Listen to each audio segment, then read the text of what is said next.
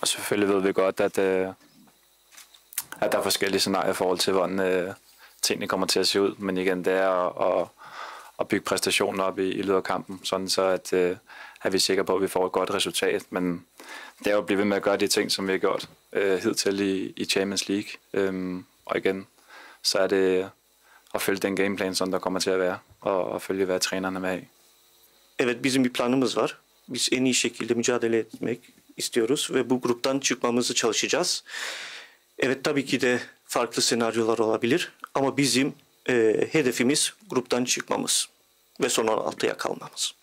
Nå, men ikke indtil videre. Vi havde prøvet det mod Trabzon, at de også var meget aktive inde på Instagram, og det prøvede vi også imod Gala efter kampen.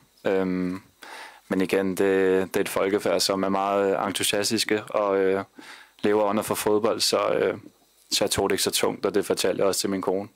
Selvfølgelig skal man respektere de ting, og ligesom også ens privatliv. Men så ligger jeg heller ikke med i det, at jeg bare tror, at de er lidt irriteret over, at de ikke vandt, og så kom man måske med nogle udtalelser, som gjorde, at de blev lidt provokeret, men sådan er fodbold, man giver og tager, og så var der ikke med i det. Evet, bunu yaşadık Galatasaray maçından sonra ama bunu da Trabzonspor maçında da yaşadık bir sene önce.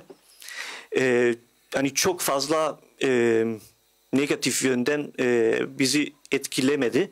Çünkü Türkiye'de de biliyoruz ki futbol çok duygusal yaşanıyor ve böyle tarz şeyler olabiliyor. Tabii ki iyi mi? Hayır. Ama bizi çok fazla negatif şeyinde etkilemedi ve bu tarz şeyleri çok fazla önemsemiyoruz. Çünkü böyle şeyler olabilir, olmaması lazım ama oldu işte.